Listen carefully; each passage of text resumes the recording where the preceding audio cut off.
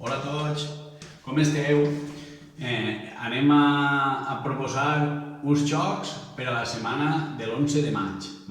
Com vegeu, porto aquesta samarreta de la 9a edició de les Coliolimpiades Diocesanes. Per què? Perquè enguany haurem fet la 10a edició el divendres 15 de maig. Però per almenys ens fem un reconeixement. Ja ho celebrarem. Anem a parlar, el joc que us vaig a proposar és les birles casolanes. Casolanes perquè anem a utilitzar el material que tenim per casa. És un joc popular i tradicional en el que l'habilitat motriu que treballem és el llançament. I buscarem la precisió. Podrem clavar variants. Llancem en la mà dominant o quan fem una altra ronda llancem en la mà no dominant o podríem llançar per baix de les cames. Com se mos ocorrisca.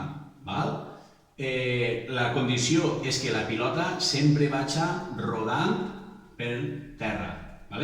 Que no vagi a boig ni que siga un llançament en el que impacte directament en les birles. Les birles que tinc jo així estan disposades en triangle i com vegeu són objectes, material que tinc en casa.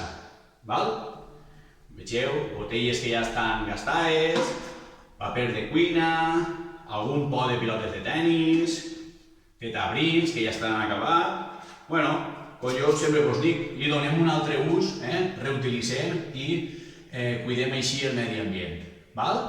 Bé, segons l'edat aniríem més passes darrere o menys i tenim dos llançaments per a veure quantes birles tirem. Jo, que som més major que els meus fills, per exemple, jo estaria més lluny. 1, 2, 3, 4 passes, per exemple, i que vaig la pilota sempre rodant per terra. Vaig allà al primer llançament. He tirat una, i ara aniria a per el segon llançament. 1, 2, 3, 4. I vaig així i que la pilota vagi rodant tot el rato. Ui, llàstima, l'ha tocat però no l'ha tirat. La meva puntuació seria d'un punt. Jugaríem a soles i podríem anar competint amb nosaltres mateix.